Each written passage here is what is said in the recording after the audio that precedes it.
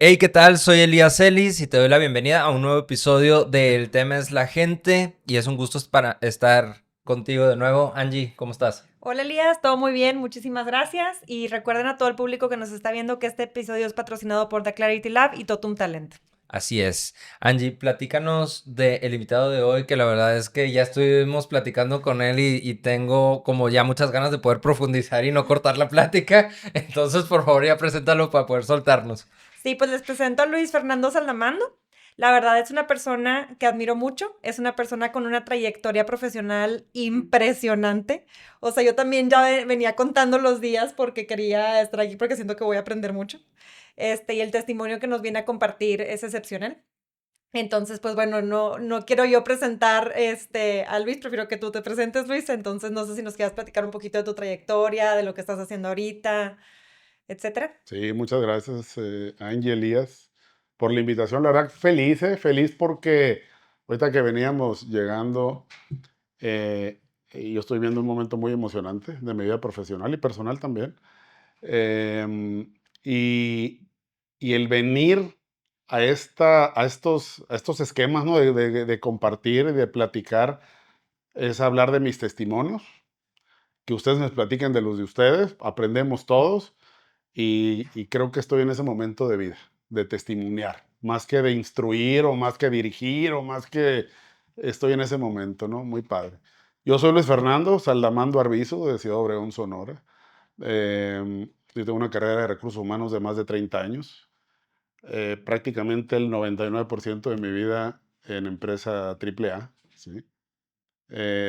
Pues me ha tocado trabajar en empresas, en muchas industrias he estado de consumo masivo.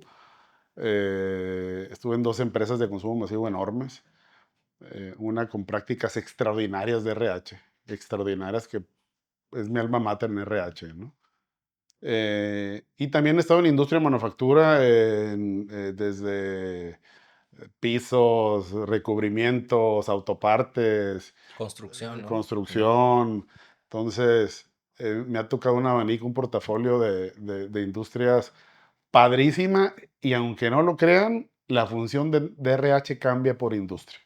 Sin duda cambia por industria, ¿eh? ¿Cuáles han sido las diferencias principales que has notado entre las diferentes enfoques o funciones de RH por industria? Fíjate que en el tema de consumo masivo son empresas muy divertidas. Las empresas que llegan al cliente y consumidor final son empresas sumamente divertidas Mm, y por lo general ahí se emplea mucha gente, ¿sí? sí. ¿Perdón? No, sí, como muy marquetero el tema, ¿no? Totalmente, sí. Es Sí, que de veras hay una diferencia. En la empresa de consumo, híjole, casi casi te dijera que son culturas alegres, son sí. culturas felices, ¿no? Y cuando te vas a una compañía, que es una industria, pues, que vas a manufacturar algo que no es alimentos, es decir, que no llegas al consumidor final, es decir, que no hay un capability muy instalado de marketing, de consumer insights. Son empresas con un enfoque diferente, más a la Más productividad, frías. costo, Mm. eficiencia, más frías, pero hay mucho que hacer también, pero son enfoques y diferentes. Las dos son apasionantes, pero los roles son diferentes porque son perfiles diferentes, ¿no? Unas son muy, muy alegres, ¿no? Y las otras pues son más, pues sí, como dices tú, son más frías, más orientadas al costo, a la productividad, al día a día, que las cosas salgan, los KPIs, ¿no? Sí, Es como just in time, ¿no? O sea, ahorita en este grueso, momento, grueso, ahora. grueso, grueso, grueso. Y el tema, y fíjate que una de las cosas más padres es que en ese tipo de industria donde manufacturan, que no es industria en donde estás en contacto con el consumidor final, pues también hay que encender muchas cosas. O sea, hay que encender emociones eh, a través de procesos. Es decir, hay mucho que hacer, pero el recorrido es diferente, vamos a decirlo así, Es ¿no? más fácil que la gente se identifique con el propósito de una empresa de consumo masivo que se identifiquen con el propósito de una empresa de manufactura. ¿Qué opinas? Fíjate que yo no creo eso. Yo no creo eso. Yo creo que las dos. El tema Lo veo así. El tema es que ahorita un HR trend para mí, un HR trend definitivamente son las culturas de propósito, ¿sí? Que yo siempre he tenido una discusión cuando me invitan a alguna plática, oye, tu propósito de vida lo puedes alinear con lo de la empresa, yo lo veo complicadísimo, ¿no? Súper complicado, la verdad, ¿eh? Pero ahí tengo mis comentarios. Pero el tema del propósito en una industria, digamos que no es tan divertida, pero que está muy orientada a la eficiencia, al costo, a la productividad, al day by day, eh, eh, hay- creo que la responsabilidad está más fuerte ahí, precisamente porque son compañías más frías. Entonces, se necesitan liderazgos fuertísimos de RH, pero también liderazgos general managers y CEOs que emocionen gente. Ahora, una pregunta, esta cultura como más divertida dentro de las mismas empresas de consumo masivo, ¿lo has notado tanto en corporativo como en planta? ¿O la planta ya entraría dentro de la manufactura? Porque al final de cuentas, pues en la planta también están produciendo. En la de alimentos. Sí. ¿Sí? No, creo que, claro, o sea, a lo mejor sientes un poquito más en la parte de back office o oficinas, Ujú, más que en las plantas. Yo tuve posiciones en empresas de consumo masivo, ujú. en operativas, y corporativas, Ah, ok. ¿sí? O sea, yo viví los dos mundos. Y yo te dijera que el tema por ejemplo, una fuerza de ventas es creo que es el prototipo, una fuerza de ventas de una empresa de consumo masivo es el prototipo de, de que si tú generas un propósito, que la gente se contagie con ese propósito, que es un propósito contagioso, enciendes a la gente. Enciendes a la Sí. gente y las fuerzas de ventas las apasionas y tú ves los directores de ventas o los vicepresidentes de Sí. ventas o los gerentes comerciales de las empresas de consumo masivo, el propósito es impresionante y eso es frontline, Sí. ¿eh? Es que creo que en las empresas de consumo masivo el impacto se ve más palpable. Yo también trabajé en dos empresas de consumo masivo y, por ejemplo, ir al supermercado y ver los productos ahí de la empresa donde yo trabajaba, Es padrísimo. ajá, como que te hace sentir ese, como que, mira, lo que estoy haciendo está por todos lados, te sientes parte de eso de alguna forma, ¿no? Mira desde los colores. Ujú, Tú vas a un anaquel de una empresa de consumo masivo, ya sea mundial o nacional, ujú. y los colores, o sea, el color te cambia ya el mood, o sea, el empaque Sí. y el layout y qué es lo que está arriba, qué es lo que está en medio, qué es lo que está Ujú. abajo, por el tipo de consumidor, etcétera. Y eso hace generar un sentido de orgullo y pertenencia muy cañón. Sí, y eso es lo que creo que facilita, lo que decías ahorita con los equipos comerciales que se enganchen y se enciendan, porque al final de cuentas lo puedes comprobar porque sales a ruta o sales a las tiendas y ves ahí los productos. En cambio, una persona en el giro de manufactura o algo, pues están haciendo partes de algo que está dentro de otras cosas, o tal vez, Por ejemplo, en autopartes. ajá, o tal vez nunca lo vas a ver, No lo vas a ver. porque A lo mejor tú está, estás manejando un auto y tú dices, pues a lo mejor sí, trae unos claro. brackets o unos frenos de donde Claro, yo trabajaba, pero pues no sé. No, Sí, correcto, exactamente. correcto. no sé. Es más complicado ahí vincularlo, porque entonces dices, mi trabajo a dónde se va, Sí, ¿no? sí. Y como RH, o sea, qué estrategias hay para estas empresas que no necesariamente son de consumo masivo para poder hacer que la gente se sienta más engaged con el propósito o más como atrapada por esta visión de negocio? O Pues sea, mira, yo creo que a mí me gustan mucho los modelos de liderazgo, modelos de liderazgo entendido como cuáles son las competencias, los comportamientos que la compañía cree, en los que la compañía apuesta y apuesta que la gente que toma decisiones en el día a día se vean reflejados, ¿no? Los modelos de liderazgo que aparte que tienen ese lenguaje, tienen un modelo de administración de desempeño en donde sea una carretera, que sea una autopista, en donde tú te vas a sentar con tu coach o con tu jefe y vas a tener un jefe enfrente de ti de calidad. Una de las compañías en las que yo estaba le llamaban a eso el manager quality, ¿no? La calidad de la gerencia, ¿no? Que sean coaches que te sepan, siempre es un reto eso, ¿eh? desarrollar, que sepan hacer las preguntas correctas.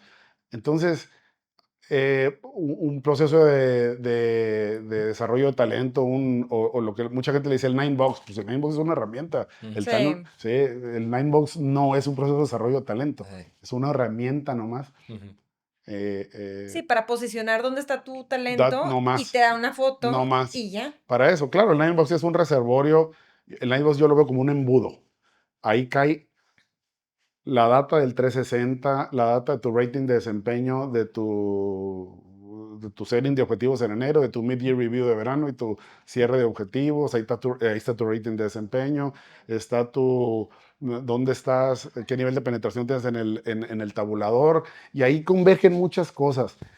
Pero la gente, hay mucho que hacer en este tipo de compañías, y cuando la gente le ve sentido a los modelos de liderazgo, cuando un performance management process, con un proceso de talent review, people planning o nine box, como mucha gente le dice, o un proceso de 360 o self-assessment tools, o herramientas de autoconciencia.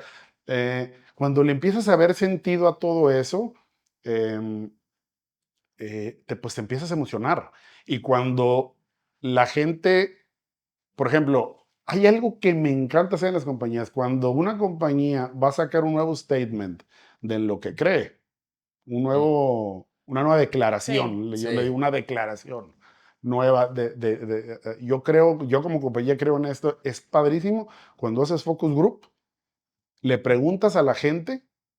La verdad es que no vas a sacar, imagínate, si es una compañía de 15,000 gentes o 12,000 gentes, pues no vas a sacar un statement de cada uno, Mm. No. pero vas a hacer un trabajo que te va a llevar quizá 8 meses. Vas a hacer focus group en todas las plantas, en las fuerzas de ventas, en los negocios, en parte corporativa, back office, bla, bla, bla, bla, y vas a sacar un statement en donde tú recoges todo lo que la gente dijo, ¿no? Entonces luego vuelves con la gente. Entonces esas cosas contagian mucho. Esas cosas contagian mucho. Por ejemplo, cuando tú reconoces a la gente enfrente de la gente, ¿sí? Ujú. Por ejemplo, algo que yo creo que funciona fuertísimo es cuando tú haces un evento en donde juntas a todo el top level, eh, a todos los directores, todos los gerentes que manejan a la compañía. El comité, el C-suite de esa compañía es el anfitrión de todo ese top level. Los invitas 3 días, les hablas del performance del negocio, desempeño negocio, les comunicas la cultura, eh, los atributos de la cultura, las competencias, los comportamientos, bla, bla, bla. Y aparte reconoces, en función de todo eso que estás diciendo, reconoces a la gente. Premio no sé, algún imperativo de liderazgo que tengas, y se lo das a la gente se contagia mucho con eso. Entonces, yo creo que hay muchas formas, hay muchas técnicas que yo he practicado en las diferentes compañías, sobre todo en estas compañías de manufactura que son más industriales y que no están tan cerca del cliente consumidor, Claro. para encenderlas.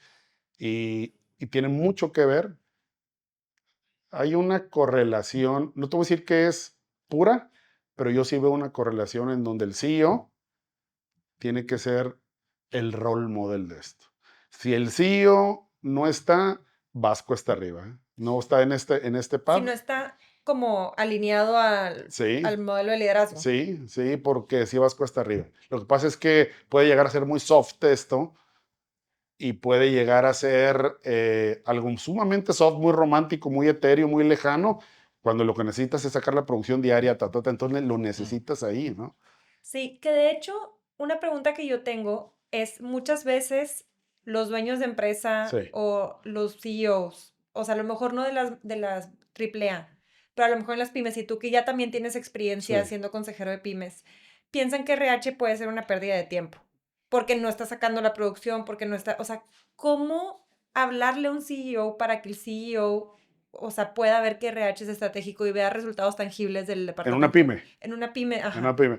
Fíjate que, pues para mí tocaste el tema medular, que es lo que estoy viviendo yo ahorita, y estoy más que feliz, porque déjame hacerte una comparativa esta es una opinión muy personal, totalmente personal.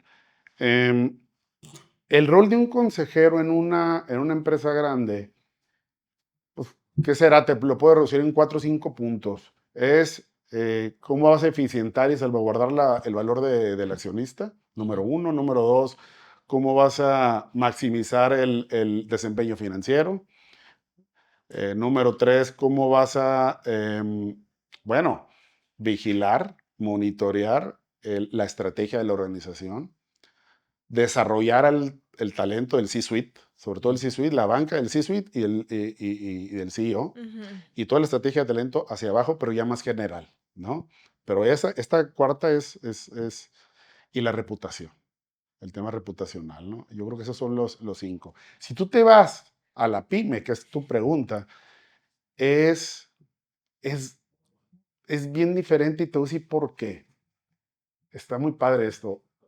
Déjame decirte antes que nada, yo siento que ahorita en las pymes hay un muy buen momento para que los chavos entre 38, 40, 45 años que están manejando las pymes, que antes las manejaban sus papás, que muy probablemente ahorita tengan 70 años, hay un momento bien interesante en donde están creando consejos para las pymes. Y antes no lo veías. Ahora, ¿por qué está pasando eso? Yo creo que hay un cambio generacional de necesidad y yo siento los chavos que ahorita están manejando las compañías familiares o las pymes, puede ser familiar o no familiar, creen en poder contar con consejeros que le ayuden a hacer institución. ¿Qué creo yo? Quise hacer ese preámbulo un poquito para ubicarnos ahí. Yo creo que el rol de una pyme como consejero, por ejemplo, en mi caso, en mi área, que es RH, no se enfoca solamente en RH. Porque cuando tú vienes de una compañía grande y estás y te toca hacer una posición de liderazgo, pues tienes contacto con finanzas, tienes contacto con operaciones, tienes contacto con el comercial, venta, supply, bla, bla, bla. Entonces hay mucho que platicar con ellos, hay mucho que testimoniar, ¿no? Eh, entonces no hay un enfoque solamente de RH. Porque si si tú invitas a alguien de una pyme, invita a un consejero de empresa grande, tienen mucho que platicar, no solamente de su... Es más, uno de HR Trend que hay ahorita es el desarrollo de talento, no es por especialización, ¿eh? Yo creo que es por habilidades. Oye, ¿sí? Sí. Entonces, ¿qué habilidades tienes? Pues tiene un C-suite que lo invitan a una pyme, pues tiene muchas habilidades, porque ha estado no quiere decir que era dueño del proceso de finanzas o bla, bla, pero tienes contacto con eso, ¿no? Entonces Claro. hay mucho que ofrecer. Y además también que en las pymes, más bien, en las triple A's, las áreas están más separadas. O sea, finanzas, aunque esté en contacto con las demás, pero tiene toda una estructura de finanzas y se concentra en finanzas. Y así cada una. En las pymes, todo eso está más homogéneo. O sea, porque se nota más que le mueves a... Pero eso va a cambiar. Así. Eso en la empresa grande yo siento que está cambiando Ok. y no tanto por especialización. Yo creo que eso va, así como en la pyme, porque eso es una ventaja para la pyme, ¿eh? Ujú. Es una ventaja que como hablas tú de un proceso más homogéneo, ¿no? No es tanto por Por especialización. silos. Pero fíjate que no creo que sea un proceso más homogéneo porque no es un proceso diseñado. Es simplemente que como la pyme es más pequeña, tiene con una estructura más chica que resolver todo. Entonces, como que caemos más en esas áreas grises en donde tal vez una persona tiene un rol y medio o dos roles al mismo tiempo, entonces estamos más en contacto con todo. Sí, mira, el gran, así como ahorita yo les platiqué lo que yo creo que un consejero, que es el rol de un consejero para una empresa AAA. Para mí el rol de un consejero, fíjate, de RH, de Ujú. RH, para una pyme es hacer institución y ayudar a erradicar a una cosa que yo le he llamado en las pymes, para los CEOs, para los dueños, ayudar a erradicar una cosa que yo le llamo la práctica del holograma. ¿Qué es la práctica del holograma? ¿Cómo se los explicaré? Imagínate a ver si lo puedo explicar así. Imagínate que este es el eje de las X, y en el eje de las X hay 1 año, 2 años, 3 años, 4 años, 5 años, 6 años, hasta 15, 20 años, no sé cuánto, la X. Y en el de las Y están 20 millones de dólares, 40 millones de dólares, 60, Ok. 80, 90, ¿no? Entonces, cuando se crea una pyme, es lo que está aprendiendo yo mucho eso, empiezan en los años, empiezan a crecer en facturación, ¿no? Empieza hacia arriba, ¿no? Acuérdense que X es Sí. años. Y empiezan así, ¿eh? Pero así como cohetes. Cada año van facturando más. Sí, van facturando más, van siendo muy exitosos, muy exitosos, muy exitosos. Pero el dueño era todo. Era el de supply, era el de ventas, era el de finanzas, era el comercial, era el de RH, era el todo, el todólogo. Y lo hizo mis respetos, ¿eh? Porque a mí, la neta, el que hace pymes, startups, pymes, son unos valientes, son unos héroes, o sea, bien cañón. Pero llega un momento en que ese crecimiento de los años y la facturación llega a una meseta. ¿Y saben por qué llega a una meseta? Porque ya hay Porque más está tapado. sucursales, hay más gente, hay más complejidad, el mercado cambió, estás en otras geografías y el dueño, y ahí viene lo de la práctica del holograma, quiere que todo mundo siga yendo con él y él como holograma, pues uno lo decía, estar en todos lados, pero no pueden, no puede estar. No, hay un límite O de sea, hay un límite, capacidades. pues ahí llegas a las mesetas. Sí. Ese común denominador, yo lo he visto, ¿eh? Común denominador, perdón. Que llega un momento en que eso heroico que se hizo, ya llega hasta una meseta porque quiere seguir operando igual. ¿Sí me explico? Sí. Sí. Entonces, ¿por qué le digo la práctica del holograma? Porque le digo, es que quieres, si fueras un holograma, pues te creo que estarías en todos lados, pero no vas a estar. Mejor quítate ese rollo. O, les digo, crea la nueva práctica del holograma, que es que tú estés en todos lados a través de qué procesos. Es decir, lo que yo le llamo el Sistemas. pintado de cancha. ¿El pintado de cancha qué es? Tienes la portería, esta es la estrategia. Esta es la visión, esta es la estrategia, es la portería. Es lo que yo le digo, vamos a pintar la cancha. Estas son las iniciativas estratégicas, estas son las iniciativas operativas, y luego ya las rayitas blancas, ¿no? De aquí no te sales porque estas son las políticas, los procedimientos y el bla, bla, bla. Así vas a llegar a todos lados. Y ahí es un brinco que cuesta mucho trabajo para la pyme. Eso, cuesta mucho trabajo. Y eso es a lo que yo le llamo institución. Y sabes también, yo creo que puede afectar, y no sé qué opines, Sí. pero que al dueño le gusta operar. O sea, muchas veces el dueño que creó la empresa Sí. le gusta meterse, Y lo hacen estar súper ahí. bien, ¿eh? Y lo hacen de veras, o sea, lo hacen requete bien. Pero ahí la invitación es, ¿sabes qué? ¿Te gusta operar? Perfecto. Pero ahorita ya le estás degenerando valor. Sí, Sí. es como, Estás deconstruyendo. ¿Por qué? Deconstruyendo, ¿eh? Porque lo hiciste tan bien, pero quieres seguir hologrameando todo y no la vas a librar. Es que imagínate que el dueño, siguiendo con la analogía de la cancha y el fútbol, imagínate que el dueño sabe ser buen delantero, buen portero, buen defensa, buen medio, pero de repente en el partido quiere jugar todas las posiciones al mismo tiempo, ¿no? Cuando ya Eso estamos... es. Ajá. Oye, pero lo hicieron súper bien, Sí. ¿eh? Ojo, súper. Oye, pues Oye, estoy acá metiendo gol, oye, pero descuidaste atrás porque sí. ya Es se que ya hizo no más llegas. grande. Es que ya no llegas, ya Sí, no claro. llegas. Entonces, yo creo que, ahora sí déjame responderte todo este rollo, creo que te va a hacer sentido todo lo que te dije. El rol de RH es eso, hacer institución, convencer de que si se hace institución a través de un pintado de cancha, con una visión, hay muchas pymes que no tienen visión, que no tienen estrategia, que no tienen un proceso de planeación.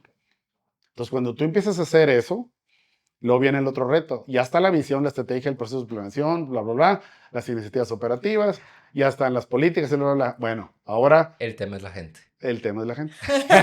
Sí, Sí, ¿no? absolutamente. ¿Y cómo vas a empezar a operar? Porque luego el que está abajo se quiere ir con el dueño y se pasa al jefe y ¿Tiene dos jefes ese? O sea, bueno, tiene uno, pero ese tiene otro y se va con el dueño así, ¿no? Le saca la vuelta a todo el mundo y necesitas otro tipo de perfiles, por un lado, ¿no? Pero lo mejor es cómo tú acompañas a la gente y ahora sí que la habilitas para que sepan, para ayudarlos a vivir en este ambiente, ¿no? De institución.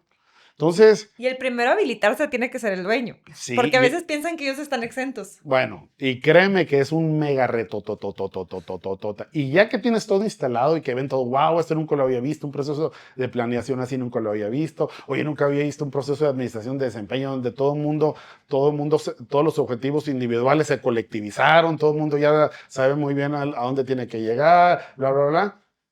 Pero en el día a día quieren seguir operando igual y todas esas cosas les cuesta mucho. Y es un proceso hasta que ya. Y ahora, es por lo que tú dices, yo creo, porque les gusta operar, pero también mucho por desconfianza. Mm. Mucho por desconfianza, porque si eran ejecutivos o habilitas al management que estaba anteriormente, dicen, no, hombre, esta persona no va a poder con esto. O no te creo que lo vayas a poder ayudar así, bla, bla, bla. Entonces, es un proceso bien padre, bro. Es un súper apasionante. Entonces, el rol de RH en las pymes es tremendamente holístico y es puro testimonial. Me gustaría esta pregunta del rol de RH en las pymes, escalarlo un poco más arriba, o no sé si arriba o profundo, pero la pregunta es, ¿cuál es, cuál es la principal de aportación de RH en un negocio? O sea, yo creo que debe de haber como cierta esencia, o sea, porque no sé, un ingeniero de calidad, un responsable de calidad, pues va más o menos su rol va a ser a diferente escala, pero parecido en una pyme o en una gran empresa. Pues estamos hablando de calidad. En el tema humano entiendo que es más complejo, pero ¿cuál sería la principal aportación de recursos humanos a un negocio en general? Bien fácil. Generar capacidades de gente para la continuidad operativa y el crecimiento sostenido. Eso es. Generar capacidades de gente para eso. El tema es la gente. Muchas veces te atoras por el tema de la gente. La mayoría de las veces te atoras por el tema de la gente. Ujú. Entonces, generar people capabilities. Así como hay capacidades de innovación, de operativas, capacidades financieras, o sea, hay procesos habilitadores, hay procesos rectores, hay procesos y entonces el tema de gente es generar capacidades de gente para sostener lo que tienes ahorita, o sea, mantener la velita encendida, Sí, ¿sí? Mantener la vela encendida que los ha hecho súper exitosos a esas empresas y el crecimiento sostenido, es decir, innovación, todo esto, ¿no? sí. Yo, viendo un poco de tu trayectoria, veo que has sido el aliado estratégico del negocio en el tema de gente y de talento para diferentes empresas. Y si eso lo llevamos vamos a ponerlo así, como la relación entre el CEO y el director de recursos humanos. em, pues el director de recursos humanos es aliado estratégico del CEO.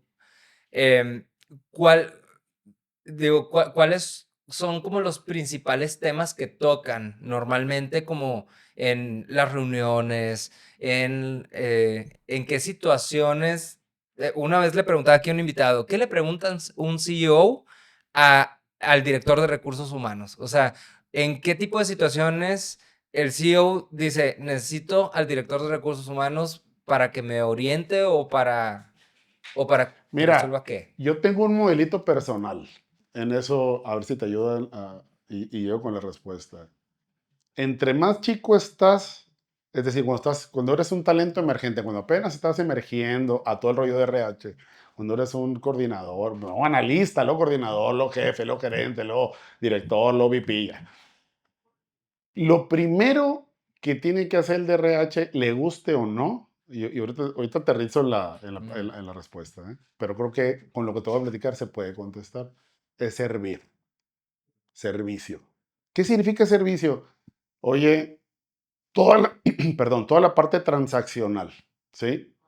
Mm, Si tú no generas yo le llamo la teoría de las puertas, o sea, yo también la inventé, es como el tema del holograma, ¿no? Ujú. ¿Qué es la teoría de las puertas? Que primero, cuando tú te contratan en una compañía, al DRH, incluso al VP, ¿eh? O al director, eh, primero abren una puerta, el CEO y el C-suite abren una puerta, pasan al DRH, ya estás adentro. Estoy hablando de manera metafórica. Sí. Y en esa primera puerta que tú entraste, lo que necesitan es, te estoy invitando para acá para que me ayudes, dame servicio. ¿De qué? Todo, toda la parte transaccional. Es lo más básico de los básicos. Nóminas, Reclutamiento, sí. reclutamiento. Reclutamiento, selección, nómina, temas laborales, em, Administración de personal, ¿no? toda la parte transaccional. Si tú no logras dar ese servicio, no te van a abrir la segunda puerta. Por eso le damos la teoría de las puertas. Yo lo platico mucho el tema de las teorías de las puertas y a la gente le gusta porque es bien gráfico. Si tú logras generar ese servicio, te abren la segunda puerta. Es decir, te abrieron una puerta y entraste y luego hay otra puerta al fondo. Entonces dicen, te abren una puerta y te dicen, a ver, ven, pero ya les generaste servicio, ya te compraron, ¿eh? Ujú. Ya te compraron que genera servicio. Entonces, Ya palomeaste ya esa. palomeaste esa, pero te tardas. Luego, te abren una segunda puerta y dicen, ven, y te invitan a sentarte. Y en esa segunda puerta te invitan a generar juicio. O sea, que tú les proveas juicios de opinión. Mm. ¿Qué significa esto? Ya no es un tema de servicio, ya es un tema que requiere un tema de juicio que tengas sentido común, sentido de negocio, ¿sí? Sentido de negocio, y ahí te empiezan, oye, ¿qué opinas de esto? ¿Sabes que vamos a abrir, vamos a contratar nueva tecnología? Pues todas estas posiciones, ¿qué vamos a hacer con ellas? Entonces un workforce planning tenemos que hacer, bla, bla, bla. Evaluar riesgos de Evaluar talento, todo riesgos. eso. Oye, ¿sabes qué? Nos tenemos que organizar de manera diferente. ¿Qué opinas? No, pues una arquitectura organizacional Una vez matricial, lo de Ujú, de estructura. estructuras. O sea, es juicio ujú, para el negocio. ujú. Tema de negocio, ¿eh? Sí, Ya no es transacción, sí, es business full, Ahí ya full, sería full. ver competencias, ver todo Todo eso. eso, todo. Pero ahí empiezas a generar, son tus primeras barnizadas de generar valor. Entonces, cuando empiezas, cuando te dan el sí, cuando generas un juicio, este lleva un ciclo, porque no te las compran todas. Tienes que sí. generar un juicio de valor y tiene que haber una, eh, es como el bateador. Oye, ¿qué porcentaje de bateo tiene este compa? Pues a los que nos gusta el béisbol, Sí. los mejores bateadores de cada 10 veces que van al bat le pegan 3.5 veces meten hit. ¿Sí? Yo soy de Sonora, por eso me Sí. encanta el bat. ¿Sí? O sea, los mejores bateadores de cada 10 veces, 3.5 veces le pegan a la pelota, ¿no? Entonces, vean eso. Entonces, ¿qué porcentaje de bateo tiene? Entonces, los juicios que tú generas, que te invitaron a la segunda puerta, tiene que tener un periodo de maduración y que dijeran, caray, Tuvo impacto. lo que este güey dijo, pues tenía razón. Mm.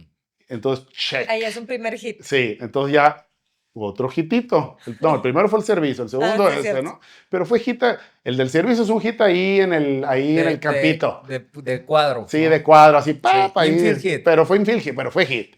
El de juicio de valor, Sí, ¡pum! Pues ya está cerca del jardinero. sí. Entonces ya pasa, ese te lleva más tiempo, porque tienen tus juicios de negocio, porque ya estás hablando de negocio, no estás hablando de RH, ¿eh? Ujú. Estás hablando de generar capacidades de gente, ¿sí? Y a través de cultura, org design, change management, HR data analytics, en fin. Y de repente, bolas, güey, todo lo que dijiste, o gran parte de lo que dijiste, o como el bateador, de si dijiste 10, pues le pegaste a 10, a 5, o a 6, o a 4, pues ya. Entonces te hablen la tercera puerta. Entonces la primera fue la primera puerta de servicio, Transaccional, servicio. transaccional. La segunda, la puerta Juicio. para tener juicio en business, ¿sí? ¿Cómo vas a apoyar el negocio a través La gente. de la gente y de toda la gente de RH, ¿no? De procesos, todo esto, ¿no? Que los de RH sabemos hacer. Pero se lleva mucho más tiempo que la transacción, porque tienen que corroborar. No crees que lo están buscando, voy a corroborar, pero pues llega un momento del ciclo que, oye, pues en lo que dijo este güey, pues tenía razón. Sí. Y luego viene lo más maravilloso que yo le llamo, te abren la puerta santa, así le digo yo. La puerta santa. Entonces ya te abrieron una puerta, luego te abrieron otra puerta y al final hay otra puerta. Entonces se ponen allá el cliente interno y te dicen, ven, y llegas a la puerta santa, al paraíso, y ahí no hay mesa. ¿Sabes qué hay? hay un pizarrón, güey. Hay un pizarrón y está lleno de colores el salón, la estancia, ahí donde estás, y todo está bien loco. Ahora sí, vamos a imaginarnos el futuro, güey. Te invito a que me ayudes a imaginarme el futuro. Darle rumbo a la empresa. La estrategia. Entonces, primero servicio, segundo juicio y la tercera puerta santa, ¿qué es? Estrategia, visión de futuro. Entonces, no sé si te contesté. 100%. ¿Sí? No, y muy completo. Me gustó el modelo. Pues yo lo hice, ¿cómo te ha gustado? Muy bien. No, me gusta mucho ese porque se me hace muy pragmático para platicarlo y creo que ayuda mucho a el rol de RH, cómo nos van viendo y cómo vas desarrollando, porque mucha gente se queda en el servicio y hasta ahí llegó, güey. Sí. Y otra gente se queda en el juicio muy intermitente. A veces sí, a veces no, pero ya no te invitan a la puerta santa. Y la puerta santa Es bien difícil de entrar. es el Y- paraíso. Fíjate que esa aclaración que enfatizaste en varias ocasiones en la segunda puerta de juicio, creo que es súper importante, que es juicio de negocio, o sea, Sí. con sentido de negocio, Sí. porque ahí es donde creo que se quedan en el limbo muchos RHs. Sí.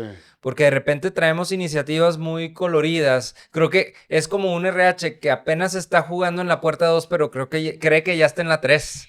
O sea, agarra un... O al revés, el que todavía, el que no genera, pero la mayoría se quedan en Sí. el servicio, que no Sí. genera ni el servicio, o sea, no hace el Sí. delivery del Sí. servicio y se pone a dar juicios y tú, Claro. no, saquen a este compa de aquí de la sala que me Oye. está diciendo qué onda, pues ni tan siquiera me cumplen el servicio, ¿no? Es que está buenísimo porque he estado en varios foros de RH en donde están los RHs preguntándose ¿por qué RH no tiene voz en la empresa, no? ¿Por qué RH no lo invitan a la Sí. mesa de las decisiones? Sí. Y bueno, creo que a través de este modelo se puede explicar de una manera Por muy eso me gráfica. gusta, porque Sí, creo que es como que muy metafórico, gráfico, divertido sí. y te ayuda a entender dónde estás. Y mucha gente, por ejemplo, yo he tenido equipos que me dicen, a ver, ¿dónde estamos? Y yo les digo, a ver, pongan en un post-it, pónganme si están en la puerta 1, en la 2 o en la 3. Servicio, juicio o puerta santa. Y muchos se me ponen en la puerta santa. Y yo digo, espérate, güey, pues, o sea, si ni me da servicio a mí, güey. No, o sea, ni a mí, güey. O sea, de los que me reportan, ¿no? Por ejemplo, ¿no?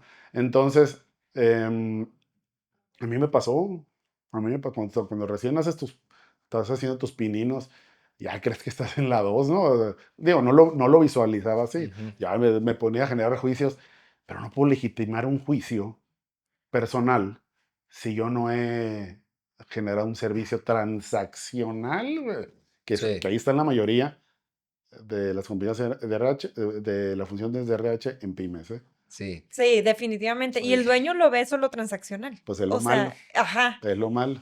Justo, o sea, tú que has pasado, o sea, yo lo considero así, la verdad, por lo que conozco de tu trayectoria, que has pasado por las 3 puertas. Ujú. ¿Qué necesita un RH? O sea, los RHs que nos estén escuchando, ¿qué necesita desarrollar un RH para poder ir abriendo las puertas? Mira, Buena pregunta. sí, ¿cómo te lo digo? Muy fácil, para no caer así en mucha... Yo le digo mucho a mi hijo o a las personas que coacheo, ¿no? No solamente a mi hijo, a sus amigos o a gente o así suite. Em, yo conozco mucha gente, directores y C-suite y gerentes, que son extraordinariamente inteligentes racionalmente. Son unas pistolas. Dicho de otra manera, saben sumar y restar de una manera espectacular. Estoy jugando, ¿no? O sea, el tema racional lo manejan muy bien. Y es lo que te contrata, ¿eh? Por lo general, es lo que te contrata en las Sí, compañías, o sea, la racionalidad. Pero la emocionalidad, creo que es el 80%. La verdad, no sé qué porcentaje es, pero es el mayoritario. La inteligencia emocional, híjole, porque ves. ¿Y qué es la inteligencia emocional? Si tú me dices qué es la inteligencia emocional, la verdad, no sé ni cómo definírtela, pero yo conozco mucha gente que creo que tiene una inteligencia emocional extraordinaria. Entonces digo, es como esta persona, o es como esta, pero no quiero decir nombres, ¿no? No quiero claro. decir nombres, ¿no? O sea, son los que se saben, que tienen un colmillo, ¿qué quiere decir saben? Es como sabiduría. Es como Intuición. yo digo que es colmillo. Como intuición. Intuición. Bueno, yo digo Intuición, colmillo. sí, Siempre digo sí. que está bien, ese Colmillo, es sí. colmillo, ¿no? Me gusta mucho el término en inglés porque se me figura que te habla mucho del colmillo. Entonces, yo creo que la gente de RH tiene que tener muchos sabines, saberse mover muy bien eh, en estas tres puertas que te dije. Primero, en servir, conocer mucho de los negocios, conocer mucho de los, empaparse de los negocios, no de la gente de RH, ¿eh? No de la gente de Sí. RH. Y hay algo que pongo arriba de eso. Con esto ya cierro en la respuesta. Porque creo que es muy típica la gente que te dice, tienen que saber de negocio, ¿sí? Y tienen que tener inteligencia emocional. Pero arriba de eso, ¿sabes qué creo que debe tener el RH? ¿Qué? Tiene que saber usar los datos, el HR Data Analytics, es decir, Mm. todos los datos que hoy por hoy tenemos, por ejemplo, con plataformas como Success Factor, que están, pues que yo creo que es la más fuerte que hay. Que manejas un módulo de planeación de gente, manejas muchas cosas ahí, ¿no? 360, muchas cosas. Pero cuando eso lo combinas con inteligencia artificial, eso es igual, esa fórmula es igual a HR Data Analytics, datos predictivos y preventivos para tomar decisiones. Entonces, cuando tú llegas a una reunión con datos predictivos y preventivos de RH, eh, estás al tú a tú. Por ejemplo, en las reuniones, por ejemplo, una de las compañías que yo estaba, hacíamos 56 reuniones de People Planning o de Talent Review o de Ninebox, ¿no? ¿Por qué 56? Porque eran muchos negocios y empezabas de arriba hacia abajo, en todos los negocios. El People Planning es al revés, se hace de abajo hacia arriba, hasta que haces una reunión cumbre del C-Suite. Te metes 2 días en un hotel y cada general manager va y presenta Su equipo. sí, todo su Mm. equipo, todo su proceso, ¿no? de desarrollo, donde tienes ubicada la gente, Mm. tema de bancas y todo este rollo. En esas reuniones, a mí me gusta abrir con datos, siempre. Yo soy el que arranco, siempre.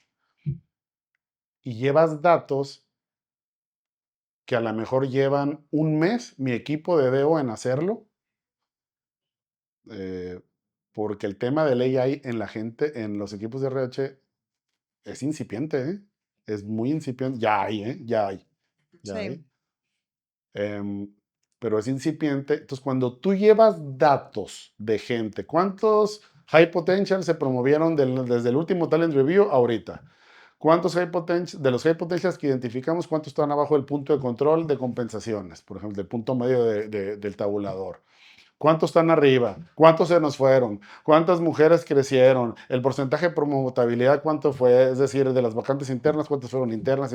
Y empiezas a llevar un chorro de datos y no te dejan ir. No te dejan Sí. sentarte porque se quedan, porque estás hablando como si estuvieras hablando de un proceso de calidad, de Es correcto. operaciones, Claro. de supply, de finanzas, de innovación, y no te dejan sentarte, ¿eh? Me acuerdo mucho, no voy a quemar gente tampoco, pero tengo un amigo que está en RH en una empresa muy grande. Sí. Y a él le pidieron justificar el home office. Y la forma de justificar el home office es que va a hacer feliz a la gente. Obviamente Bye. no le No, autorizaron pues, la Ay. propuesta. no, pues no.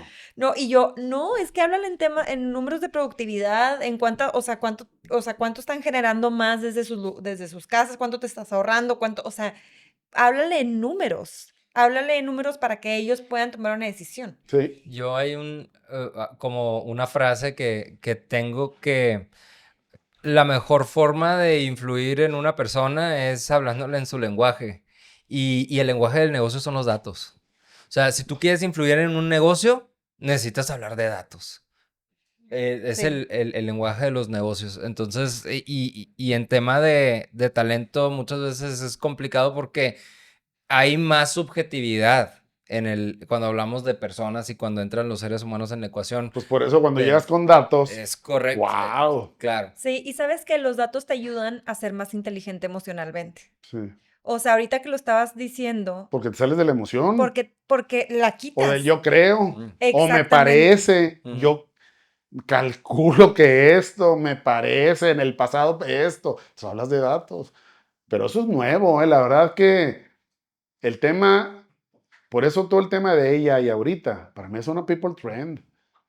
El tema de AI ahorita, en donde toda tu plataforma de RH, toda la people data que tienes, todo lo que significa eso de people data, todos los datos que tienes de gente, desde compensaciones, ratings de desempeño, todo el rollo, meterlo al bowl de la inteligencia artificial y sacar datos predictivos y preventivos, es otra Claro, te onda ayuda a tomar ahorita, decisiones de negocio. pero grueso, grueso, grueso. Entonces, ahí estás Pero alineado con el negocio. ahí es donde se necesita también tener ese sentido de negocio y entenderle al negocio y entenderle a la industria y todo para saber también qué jugo, qué preguntas le puedo sacar a esos datos. Sí, claro. Sí, para poder, porque puedo tener ahí los datos y puedo tener la tecnología de AI, pero si no tengo como ese criterio para saber qué debo cuestionar o hacia dónde debo de Ah, voltear, claro, sí, sí, de pues no lo acuerdo voy a contigo. poder sacar. De acuerdísimo contigo. Oye, Muy de Luis, acuerdo contigo. y por ejemplo, ¿qué recomendaciones le podríamos dar a una pyme que muchas veces está enfocada en sacar la operación, ni siquiera está volteando a ver los datos para poder sacar la cabeza un poquito, respirar y voltear a ver? Porque muchas veces están en la inercia de la operación porque el día a día y el crecimiento no les permite, o bueno, a lo mejor, o sea, yo no estoy segura, pero no les permite voltear a ver todo, o sea, o a lo mejor no se dan el tiempo para poder ver eso, analizar esa data, sacar esa data. O sea, ¿cómo le pueden hacer las pymes para asomar la cabecita en este mar de operación en el que Pues se mira, encuentran? yo te lo comentaba hace rato, o sea, el tema de las pymes es muy apasionante porque ahorita que hablaba del eje de las X y de las Y, de los años y de las facturaciones, de cómo fueron exitosos y entonces de repente llegan a una meseta porque ya la práctica del holograma pues ya no jaló, ¿verdad? Ya no puedes estar en todos lados. Precisamente, em, yo creo que una buena forma de hacerlo, por ejemplo, yo recomiendo mucho es en las pymes en donde estoy, es hacer pilotos de cosas. Por ejemplo, tenemos esta fuerza comercial, la compensamos así, toda la vida, la hemos compensado así durante 20 años. Bueno, entonces tú puedes decir, llega el director de RH, tú tienes un consejero que sabe de RH, y puedes decir, ¿sabes qué? Y el CEO, oye, ¿sabes qué? Vamos a hacer esta propuesta en donde la compensación, ahora los apalancadores de la compensación va a ser totalmente diferente a lo que tienes y de las 200 gentes que tienes, vamos a pilotear a 20. Entonces empezar a ser pilotos de cosas disruptivas para la pyme, que a lo mejor no son disruptivas, ¿eh? Pero para el pyme sí es, y darse esa oportunidad, pero con poquito, con poquitas cosas. Y vuelvo a lo mismo. Entonces, si llega el bateador y la saca de home run, Vamos a replicarlo, ¿no? Vamos a pero sí, escalarlo. es más fácil, perdón, es más difícil en una pyme hacer un cambio radical, mucho más difícil. ¿Por qué? Pues porque lo han hecho maravillosamente bien siempre, siempre, siempre, siempre y ya llegan a una meseta y entonces tienen miedo de que la escala de la organización, un mal error, perdón, una práctica mala que no bien calculada, tenga un impacto. No es lo mismo una pyme de 100 millones de dólares o 250 millones de dólares a una compañía triple de 2 billones de dólares, en donde un error a lo mejor te cuesta Un 20, millón. 20 30 millones de dólares y ya Sí. te fregaste el 30%, Sí. ¿no? Y ahorita que lo mencionas, no sé qué opines, pero creo que también el diseño y el respeto a los procesos por parte inclusive de los dueños de la organización, porque muchas veces es de que no es que dijo el dueño, entonces pues vamos a saltarnos el proceso, vamos a hacer esto y nunca se logra institucionalizar algo. Ujú. Eso también afecta, ¿no? Para que no puedan sacar la cabecita y asomarse y ver Sí, data. para mí el tema de la institucionalización eh, suena bien romántico, pero la institucionalización es como una telaraña, o sea, son muchas cosas. Es el pintado de cacha. Entonces, cuando naces, mira, yo tengo dos ejemplos, pero no voy a decir nombres, de dos pymes ahorita, que hicimos pintado de cancha, que es la portería, visión, misión, el propósito, un proceso de planeación. Estas son las iniciativas operativas, estos son los KPI, estas son las políticas, bla, bla, bla. Y les dije, después de esto, ustedes van a descansar a los dueños. y se los prometo que están descansando. ¿Están descansando? ¿Y cómo lograste que respetaran ese pintado de cancha? No, no creas que lo logré así, fue batallosísimo, vas cuesta arriba, pero de repente empiezan A saborear. es como la sopa, yo siempre les digo, es como la sopa que te voy a traer a ver, ¿cuál es la sopa que más te gusta? No, la clam chowder, bueno, pues la o una de fideos, la que tú quieras, la de letras, la que tú quieras, te la voy a traer. Por ejemplo, mi abuelita, allá en Obrador me servía la sopa súper caliente, entonces yo me tardaba mucho, al principio decía, pues no sé si está buena, Mm, porque está hirviendo, ¿no? sí. Y ya después ya la saboreaba, ¿no? Es lo mismo. Para la pyme, cuando llegas con un pintado de cancha, al principio sabe como a sopa caliente, en donde dicen no le hallo todavía. No le hallo porque yo quiero seguir operando. Y de repente se empiezan a ver que las cosas se empiezan a salir sin que ellos tengan que estar hologramáticamente en todos lados. Eh, una decisión que se puede tomar en Hermosillo o en Mérida o en Houston o en Dallas, no la tienen que hablar por teléfono porque ya hay una política, hay un procedimiento, hay un límite, hay un pito de cancha. Entonces, de repente, pues les empieza el demanding de su tiempo de transaccional o de toma de decisiones empieza a bajar, pero no es nada fácil, es una curvotototota, ¿sí? Pero sí se puede. Te prometo que sí se puede. Sí se puede. ¿Cuáles son los principales cambios que tiene que hacer el dueño de empresa para que se pueda? O sea, porque él tiene que cambiar. O sea, empezando por el dueño, es el que tiene que cambiar y como CEO poner el ejemplo, ¿no? Sí, qué buena pregunta. Yo creo que pues yo creo que son varios, pero primero que nada,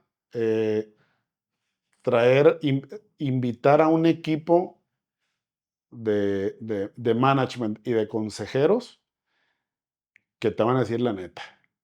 Entonces tienes que renunciar A tener la razón. a tener la razón. Te van a decir, ¿por qué? Porque es bien padre que el consejero y el que viene de fuera, el management que viene de fuera, pues ¿qué interés tiene ahí? El único interés es generar valor, ¿sí? Porque no tiene familia adentro, no tiene dinero adentro metido, invertido, no tiene, es decir, no hay emociones ahí, no juegan emociones.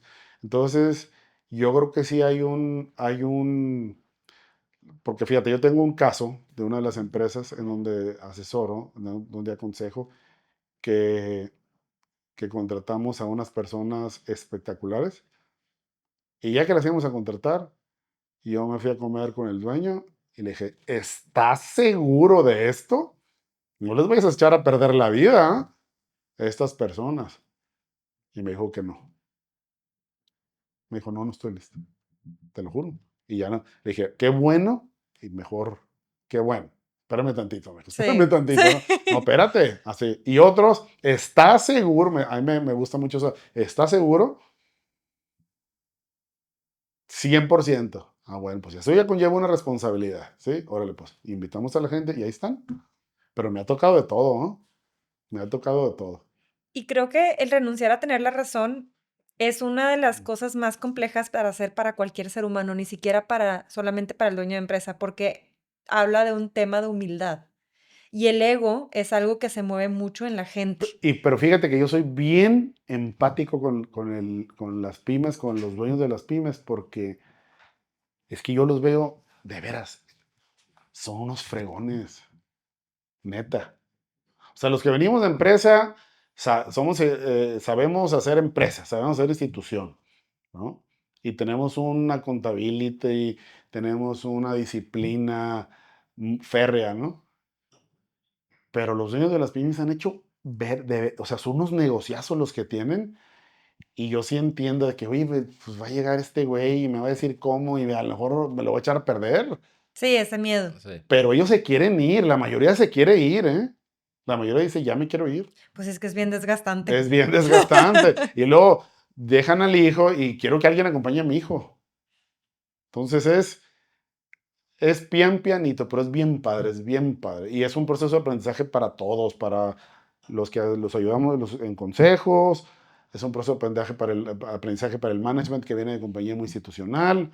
es un proceso de aprendizaje para los dueños de las pymes y es un proceso de compasión bien fuerte también porque tienes que padecer. La compasión he entendido que es padecer con el otro, ¿no? Ujú. Pero yo te le digo a los dueños también, compadécete el management que tienes, güey. Este hombre viene de esta mega empresota y ya no hay a la puerta aquí contigo. O sea, compadécete de él, Sí. ¿no? Entonces, un proceso de aprendizaje, o sea, muy cañón. Por eso te digo que yo admiro mucho a la gente de las pymes, a los dueños de las pymes, a los que han hecho las pymes, yo los admiro tremendamente. Sí, y ahí el tema que decíamos hace rato de los datos ayuda mucho a quitarme de que si voy a tomar una decisión porque yo siempre le echo así o porque yo creo o porque yo prefiero, sino que, a ver, vamos a tomar decisiones con estrategia y con datos. Ahorita que hablábamos de la institucionalización, que decías que, bueno, esto era antes de grabar, que me decías que muchas veces se confunde la institucionalización como que el dueño ya no esté. Y no necesariamente, o sea, puede seguir, pero la institucionalización tiene que ver más con que la empresa tiene, o sea, crea como una esencia propia, Un Sí, sistema. un sistema propio que tiene, bueno, alguna vez leí como una analogía entre que tiene cerebro, corazón y voz, o sea, tiene cerebro porque hay estrategia y data y toda esta parte lógica, el sí, know-how. Tiene corazón porque tiene convicciones o tiene valores o tiene una esencia también, una marca, ¿sí? Una identidad. Y tiene voz porque es como la forma en la que comunica, ¿no? pero Entonces, aparte, perdón, ajá, aparte, muchos dueños quieren seguir ahí, Sí. sí. está bien que sigan, o sea, perdón, ya. Sí, sí, sí, sí, sí. Está bien, pero eh, vale la pena que estando eh, prueben con un pintado de cancha diferente al como le han hecho. Sí, y Sí. que jueguen con ese pintado de cancha. O sea, Sí, o que este sistema, me gustó El cómo lo diseño. pusiste, Ujú. este sistema institucional ya está por encima de su propia opinión como dueños, que yo creo que es algo bien duro de escuchar. pues eso yo creo que eso que estoy diciendo es lo más duro que puede haber. Sí, Sí. porque, Por ejemplo, para un sí, ejecutivo como nosotros, eso no es duro. Porque al hecho de ser, por el solo hecho de tú ser ejecutivo, aunque sea C-suite, del 100% de tu tiempo, a lo mejor el 4% o el 5% de tu tiempo, alguien lo va a decidir por ti. O sea, claro, tienes un jefe, tienes un Claro. sí, consejo o claro, Claro. algo, ¿no? Entonces ya claro, sabemos eso, claro. pero el dueño no. El Es dueño no. correcto, ¿Sí? El dueño Sí. no. es correcto. Entonces, ¿pero por qué? Pero yo sí creo que sí se vale y se me hace súper valioso que en el plan de vida de las pymes hay mucho empresario que dice, yo quiero que mi familia siga aquí. Claro. Eso es claro que es Porque es súper válido. legado. Es que yo oigo muchas veces de que no, se deberían de salir los de las pymes. Yo no estoy de acuerdo, ¿no? Yo no estoy de acuerdo en eso. Yo creo que es tan válido que se queden como es tan válido que digan, yo ya no quiero operar, güey. Yo ya quiero Sí.